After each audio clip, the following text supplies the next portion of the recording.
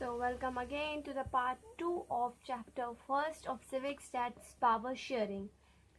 So please like, share and subscribe to my channel Exam Fear Education. So let's get started with the chapter. तो part 1 में हमने सिर्फ introduction लिया था power sharing का, तो जिन्हें इंट्रोडक्शन पता है वो डायरेक्ट पार्ट 2 से स्टार्ट कर सकते हैं, जिसे कुछ नहीं पता इस चैप्टर के बारे में तो पहले पार्ट 1 देख ले, फिर हम पार्ट 2 पर आए. तो let's get started with the chapter. तो मैंने आपसे कहा था कि हमारा फर्स्ट टॉपिक जो होगा वो होगा बेल्जियम एंड श्रीलंका का एग्जाम्पल, कि वहाँ का कॉम्पोजिशन कैसा था, उन्होंने कॉन्स्टिट्यूशन कैसा बनाया, ये सब होगा इसमें बेल्जियम और श्रीलंका में. ठीक है, जिससे आपको एक तरीके से इम्पोर्टेंस पता चल जाएगी पावर शेयरिंग की. ठीक है, तो सबसे पहले हम पढ़ते हैं बेल्जियम का. तो बेल्जियम का जो कॉम्पोजिशन था ना वो बहुत एथिक कॉम्पोजिशन था, मीन टू से डिफिकल्ट टू अंडरस्टैंड, तो बहुत ज़्यादा डिफिकल्ट वहाँ का कॉम्पोजिशन था. कैसे ये देखते हैं. ये मान लो कंट्री है बेल्जियम, तो पहले हम पता कर लेते हैं बेल्जियम कंट्री के बारे में. बेल्जियम जो ये कंट्री है, इट्स ए स्मॉल कंट्री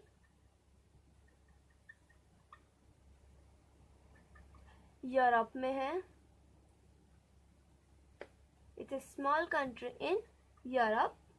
और ये आप कितनी स्मॉल है, हरियाणा स्टेट जो है अपनी इंडिया में उसके बराबर है. उसकी जो पॉपुलेशन है that is 1 crore, half of the population of Haryana. Mean to say अगर हरियाणा की 2 करोड़ है, 2 ही करोड़ है वहाँ की पॉपुलेशन, तो बेल्जियम की सिर्फ 1 करोड़ पॉपुलेशन है. तो इससे ये तो पता लग गया कि कितनी छोटी कंट्री है ये. ठीक है, अब बेल्जियम का कॉम्पोजिशन देखते हैं. तो बेल्जियम जो है ये है हमारी बेल्जियम.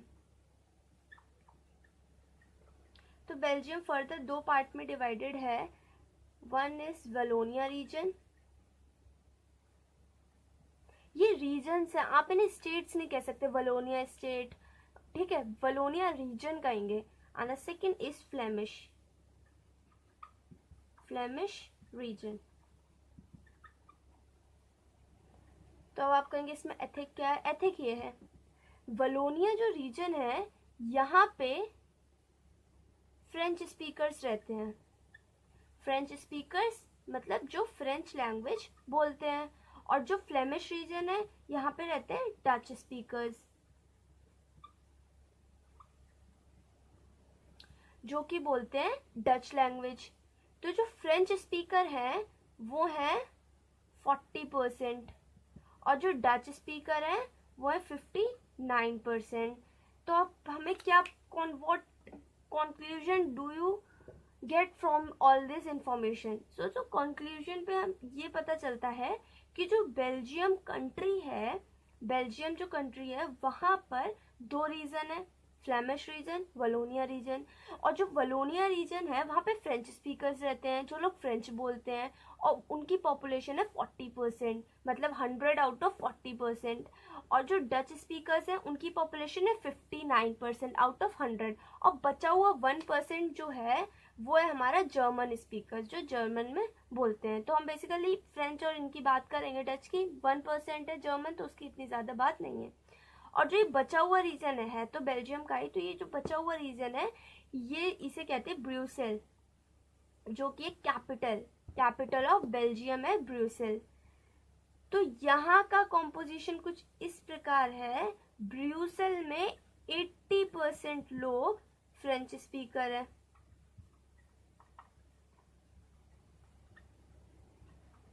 अब बचा हुआ 20% डच स्पीकर्स है. तो अब तो पता लग ही गया होगा कितना एथिक कॉम्पोजिशन है, कितना डिफिकल्ट कॉम्पोजिशन था. कि हम बेल्जियम में तो देख रहे हैं कि मेजॉरिटी डच स्पीकर्स की है और उसकी कैपिटल की जो मेजॉरिटी है वो फ्रेंच स्पीकर की है. तो जो इसका कॉन्स्टिट्यूशन बनाना था वो बहुत ज़्यादा डिफिकल्ट हो रहा था कि भाई इसका कॉम्पोजिशन बनाया कैसे जाए. तो कुछ ना कुछ तो निकालना ही था सॉल्यूशन, जिससे एक ऐसा कॉन्स्टिट्यूशन बन सके जिससे डच स्पीकर्स भी सेटिस्फाई हो, फ्रेंच स्पीकर्स भी सेटिस्फाई हो. क्योंकि एक की तो मेजॉरिटी है नहीं, दोनों की है. यहाँ पे अगर हमने फ्रेंच के फेवर में बना दिया तो डच वाले रिवॉल्ट कर देंगे, और डच के फेवर में बना दिया तो फ्रेंच वाले रिवॉल्ट कर देंगे. तो कुछ तो ऐसा कॉन्स्टिट्यूशन बनना था. And remember this percentage, what ever percentage I have told you, just get remember. और जो ब्रूसेल था ना, वहाँ पे रीजन डिवाइडेड नहीं थे, वहाँ पे लोग रहते थे. जैसे हमने बेल्जियम में देखा 2 रीजन थे, Wallonia region and the second was Flemish region. लेकिन यहाँ पे कोई रीजन डिवाइडेड नहीं थे, सीधे सीधे थे French speaker and Dutch speakers. ठीक है, होप यू ऑल अंडरस्टैंड. तो अब हम अगर क्वेश्चन आया तो किस फॉर्म में लिखेंगे, क्योंकि बहुत इंपॉर्टेंट क्वेश्चन है. ये क्वेश्चन 2-3 तरीके से पूछा जाता है कि how was the composition of Belgium, why was the composition of Belgium ethic. तो भी आपको यही आंसर लिखना, आंसर सेम होगा, 2-3 तरीकों से पूछा जाएगा लैंग्वेज चेंज कर करके. तो पहला पॉइंट आएगा हमारा, there was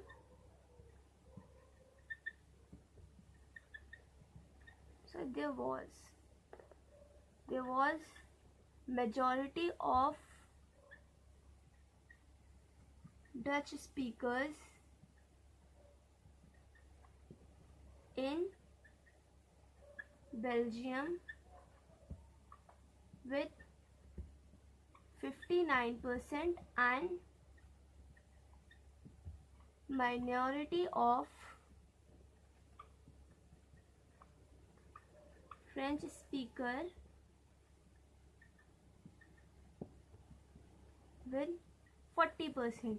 तो क्या है हमारा point, there was majority of Dutch speaker in Belgium with 59% and minority of French speaker with 40%. ठीक है, तो पहला पॉइंट तो हमने ये कवर कर दिया. Second, whereas in its capital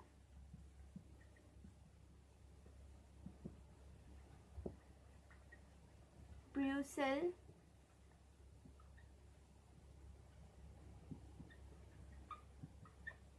there was majority of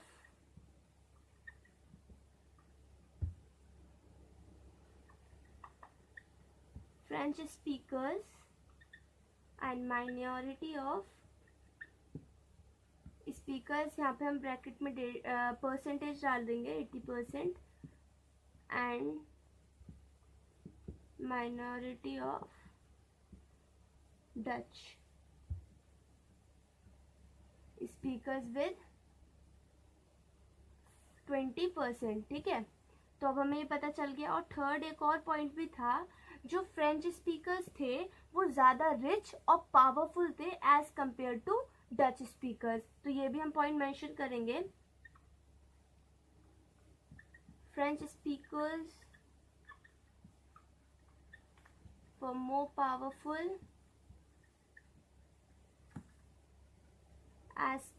powerful and rich as compared to Dutch speakers. ठीक है, तो ये तो होगा 3 पॉइंट्स. और ये बेसिकली क्वेश्चन आएगा तो 3 मार्क्स में अगर आया तो आप ये 3 पॉइंट्स लिखना. और अगर ये क्वेश्चन 5 मार्क्स के में आता है तो यही 3 पॉइंट्स को ब्रेक करके 5 पॉइंट्स कर देना. ठीक है, जैसे कि एक पॉइंट में आप लिख देना मेजॉरिटी ऑफ डच, सेकेंड में लिख देना माइनॉरिटी ऑफ फ्रेंच, फिर एक में लिख देना उसकी कैपिटल में जो था मेजॉरिटी फ्रेंच की थी, और फिर फोर्थ पॉइंट में लिख देना उसकी कैपिटल में माइनॉरिटी डच की थी. एक तरीके से अगर ऐसे लिखोगे ना तो 3 पॉइंट देखेगा टीचर, सिर्फ 3 मार्क्स देगा, भले ही आपने कंटेंट पूरा लिखा है. और यहीं से ब्रेक करके ना 5 मार्क्स के में 5 पॉइंट्स लिख दोगे तो आपको फुल मार्क्स मिलेंगे. ठीक है, पॉइंट्स में आंसर लिखा करो एसएसटी में. और पॉइंट्स को अगर आपको क्वेश्चन कोई एक पॉइंट कोई 2 बार में ब्रेक करके कर दिया करो, इस टाइप से करोगे ना तो मार्क्स फुल मिलेंगे. 3 मार्क्स का है 3 लिखो, 5 मार्क्स का 5 लिखो. अगर एक ज़्यादा आता है तो ज़्यादा लिखो, इतना ज़्यादा मत लिखो टीचर इरिटेट होके मार्क्स काट ले. ज़्यादा भी ओवर भी नहीं लिखना है, लिखना उतना ही है जितना पूछा जाए.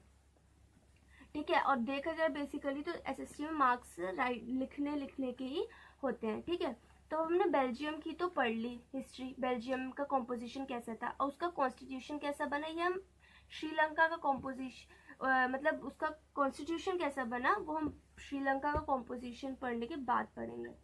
तो जो श्रीलंका था उसका भी कॉम्पोजिशन थोड़ा सा टेढ़ा मेढ़ा था, लेकिन इतना नहीं जितना कि बेल्जियम का था.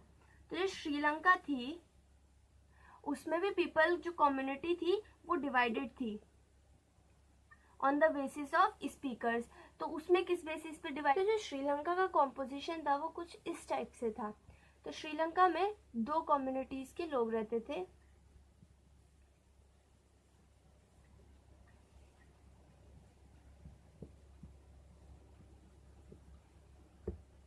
First were Sinhalas and second वर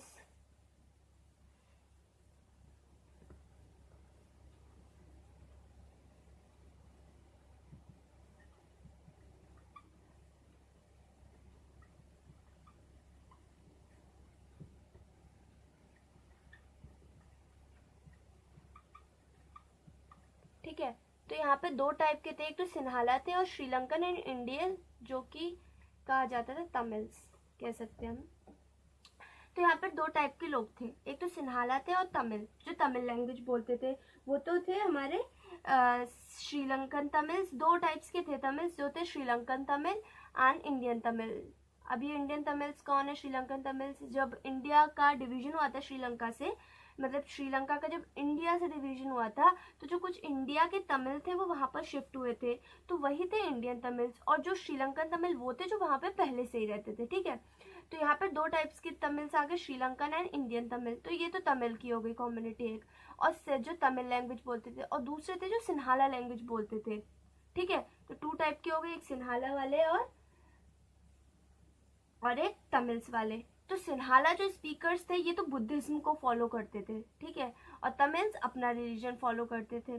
और जो इनकी परसेंटेज की बात की जाए तो सिन्हाला जो थी वो थी 74%, और यहाँ पे इनकी बात की जाए तो 18% थे तमिल्स। ठीक है, 18% तमिल्स थे, 74% सिन्हाला थे।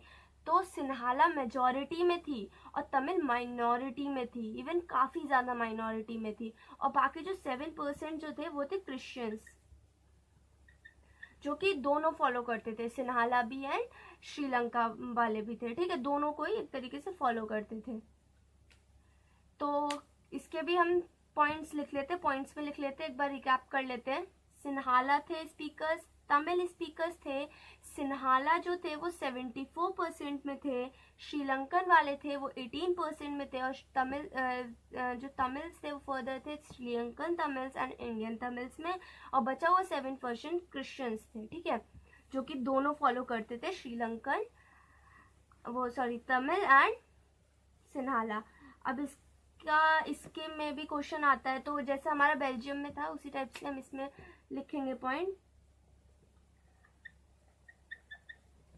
There was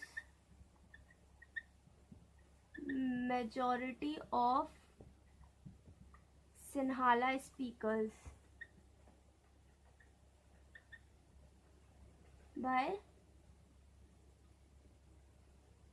74%. There was minority of Tamils by 18%. बस इसमें तो वैसे फर्दर 2 ही पॉइंट है, लेकिन हम तब भी लिखेंगे। एंड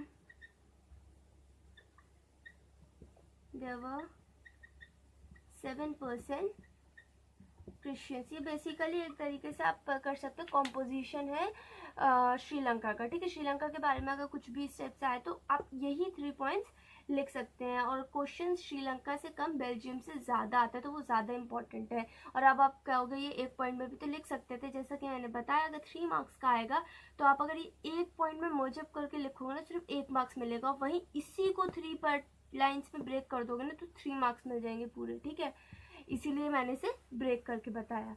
अब हमने कंपोजिशन तो पढ़ लिया, श्रीलंका का भी और बेल्जियम का भी, और हमें ये भी पता चल गया कि दोनों में जो था एक तरीके से, अगर हम लोग डिफरेंस की बात करें तो डिफरेंस ये था, बेल्जियम को थोड़ा ज़्यादा था, श्रीलंका कम था। और अगर सिमिलैरिटी देखें तो देखा जाए दोनों का एथिक भी था, उसमें उसकी मेजॉरिटी है, उसमें भी मेजॉरिटी थी, किसी की माइनॉरिटी थी। ठीक है, अब पहले तो हम श्रीलंका का कॉम्पोजिशन कर लेते हैं, मतलब श्रीलंका ने किया क्या था फिर इसके बदले में।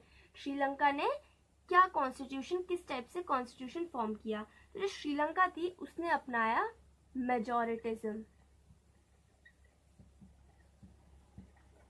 मेजोरिटिज्म मीनिंग जिसकी मेजोरिटी थी उसके फेवर में गवर्नमेंट बना दी। उसका रिजल्ट क्या हुआ? ठीक है, पहला तो इन्होंने क्या किया, एक एक्ट पास हुआ था।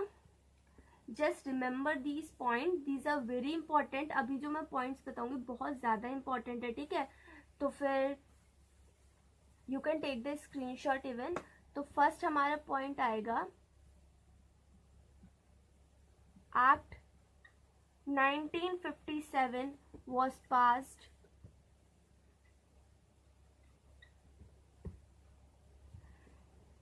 एक एक्ट पास हुआ that stated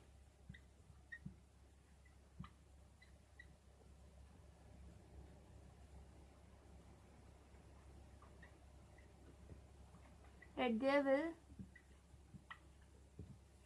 only one official language। तो जैसा कि मैंने आपको बताया था पहले ही, देखो पहले ही बताया मेजोरिटिज्म पे पूरा उन्होंने बना दिया था, ठीक है?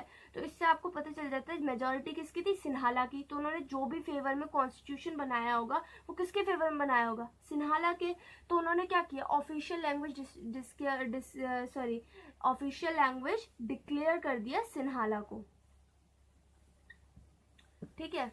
पहला तो पॉइंट ये हो गया, जो कि एक्ट पास हुआ था 1956 में एक्ट पास हुआ, जिसमें सिर्फ एक ऑफिशियल लैंग्वेज रहेगी श्रीलंका की, date will be Sinhala.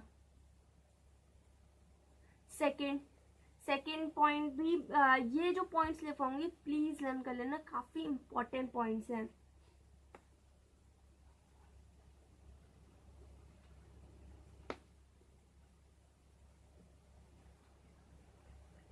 And the laws were in favor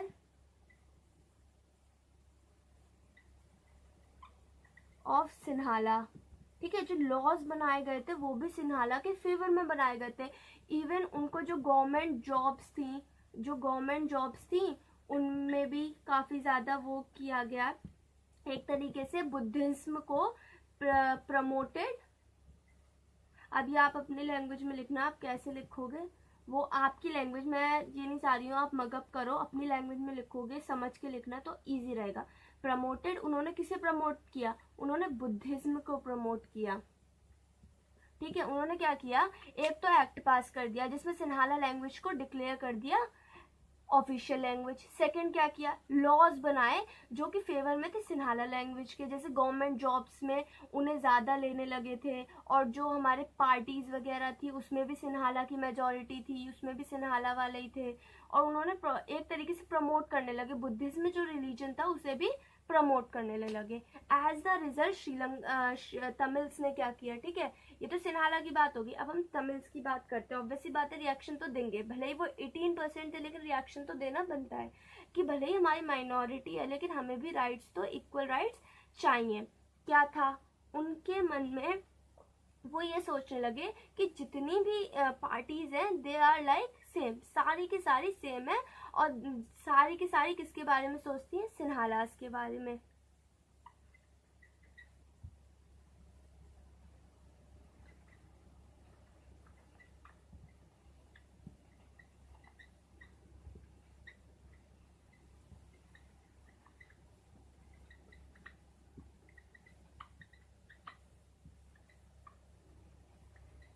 ठीक है, तो ये तो उन्होंने सोचा कि सारी की पार्टीज जो है सेम है और वो सिन्हाला के बारे में सोचते, तो उन्हें किसी भी पार्टी में कोई इंटरेस्ट नहीं था कि वो आए कि भाई ये पार्टी मेरी, ऐसा कुछ नहीं था। उन्हें कोई भी पार्टी में इंटरेस्ट नहीं था क्योंकि वो सोचते थे कि सारी पार्टी जो है सिन्हाला को ही सपोर्ट करती है, ठीक है? अब आगे जो हमारा एक और पॉइंट आता है, नेक्स्ट इसी में है further point, date is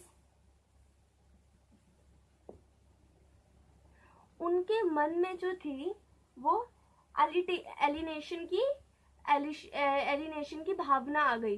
alienation मतलब एक तरीके से वॉर की एक तरीके से फीलिंग आ गई। उन्हें लगने लगा कि जो तमिल्स हैं उन्हें इग्नोर किया जा रहा है, और जो है सिन्हालास को ही सब कुछ दिया जा रहा है, उन्हें मेजॉरिटी दी जा रही है, और एक टाइम ऐसा आएगा कि हमें बिल्कुल ही अलग कर दिया जाएगा. So alienation, you can write feeling of alienation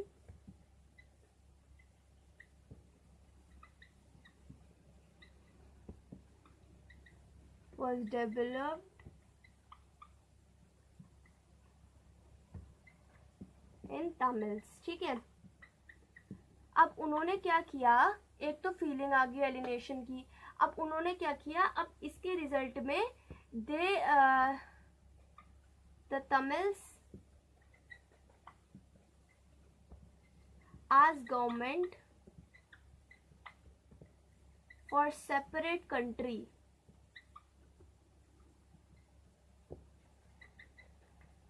ठीक है. तो जैसा कि अब हमने देखा, जब सारे लॉज उन्हें बनाने लगे, गवर्नमेंट में भी सिन्हाला को रखने लगे, जहाँ की पार्टीज, इवन पार्टीज में तक जाते सिन्हाला, हर जगह सिन्हाला थे, तो उन्होंने कहा कि अब हमें सेपरेट कंट्री बना दो जिसमें हम अपनी गवर्नमेंट फॉर्म करेंगे, अपना कॉन्स्टिट्यूशन बनाएंगे.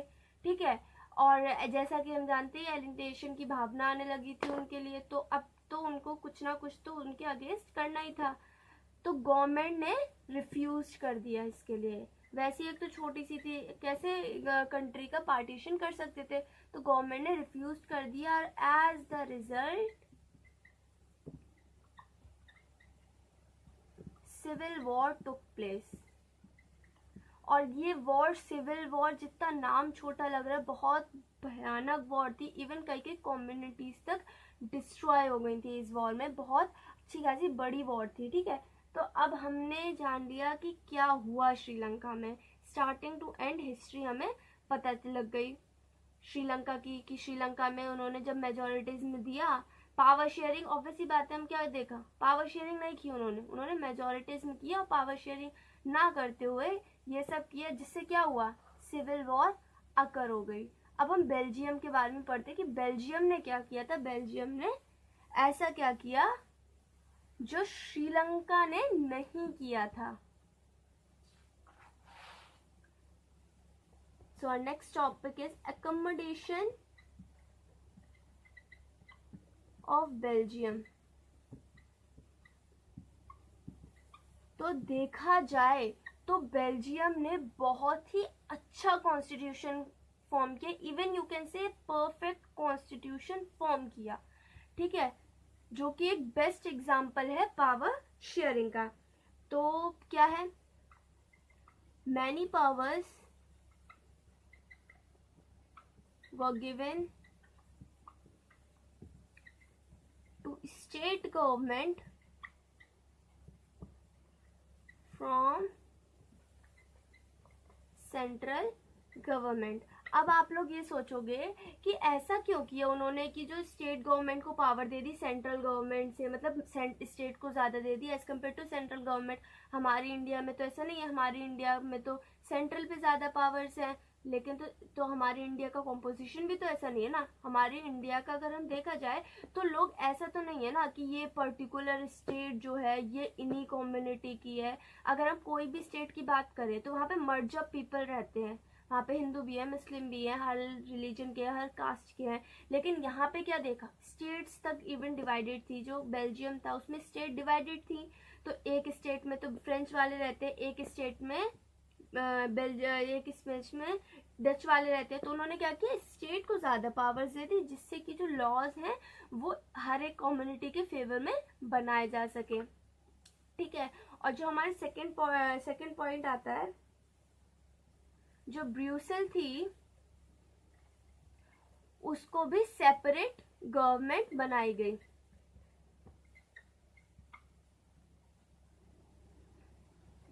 Brussels has a separate government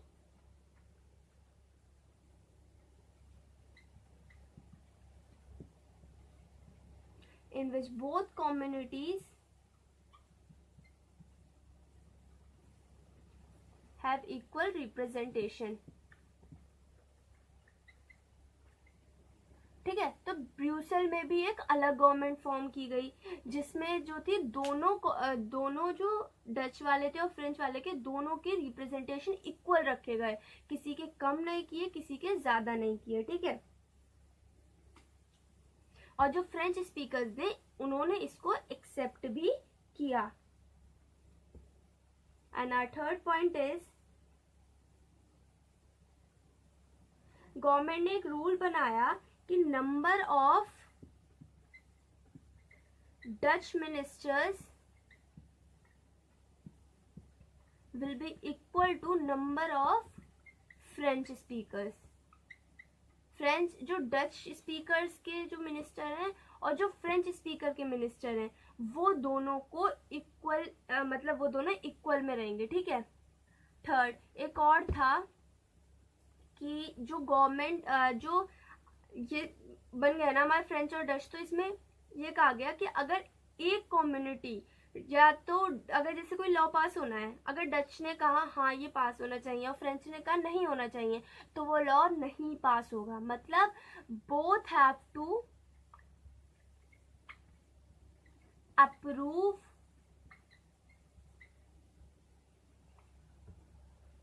approve the notice, then only it will pass। दोनों को कोई भी नोटिस आया है, कोई नोटिस आया, कोई लॉ बनने के लिए आया, कुछ भी आया है, तो दोनों को पास करना कंपलसरी था। अगर एक ने मना कर दिया तो वो लॉ नहीं बनेगा, ठीक है। और इस गवर्नमेंट के अलावा एक और गवर्नमेंट फॉर्म हुई थी जो थी कम्युनिटी गवर्नमेंट, जो कि कम्युनिटी गवर्नमेंट थी, जो वो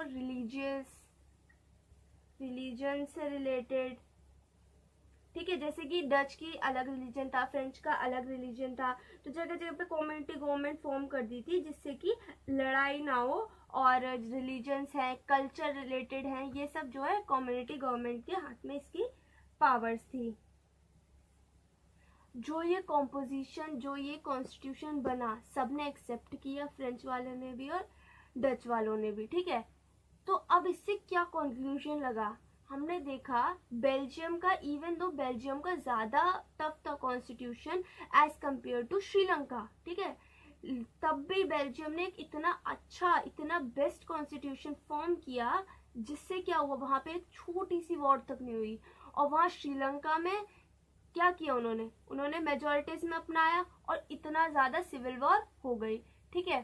तो अब इसमें क्या हुआ, पावर शेयरिंग की। कैसे की पावर शेयरिंग, उन्होंने सेंट्रल स्टेट में बांटी पावर्स, कम्युनिटी गवर्नमेंट में बांटी powers, Dutch minister French minister equal रखे, ये क्या है सब, इन्होंने पावर शेयरिंग की, जिससे क्या हुआ, सब लोग खुशी से रहने लगे और कोई वॉर नहीं, कुछ भी नहीं हुआ, सब इतना इजीली सॉर्ट आउट हो गया। इजी तो नहीं रहा होगा, टफ तो था, थोड़ा दिमाग लगा होगा, जो शायद अगर श्रीलंका ने किया होता तो वो भी, उसमें भी कोई वॉर नहीं होती। फिलहाल अभी तो उसमें सब कुछ सही है, लेकिन ये पहले की बात थी, ठीक है। अब हमें पता चल गया एकोमोडेशन ऑफ बेल्जियम। तो whatever we have learn, so इससे क्या कंक्लूजन लगा पावर शेयरिंग का। तो सबसे पहले क्या क्या बेनिफिट रहा पावर शेयरिंग का। पहला सबसे मोस्ट इम्पॉर्टेंट बेनिफिट तो यही रहा कि इट प्रिवेंट्स कॉन्फ्लिक्ट्स, ठीक है। अगर हम बेल्जियम और श्रीलंका की छोड़ो, अगर हम अपनी इंडिया की बात करें ना, अगर आज पावर शेयरिंग नहीं होती तो इंडिया में भी कन्फ्लिक्ट्स हो रहे होते हैं। वो बोलता है मेरी मेजोरिटी, बोलता है मेरी मेजोरिटी, और भाई कन्फ्लिक्ट ही कन्फ्लिक्ट होते भले ही किसी की भी मेजोरिटी होती। देखा ना हमने श्रीलंका में तो 74% उसकी थी और 18% तमिल थे, और जो 74% थे सिन्हालास थे।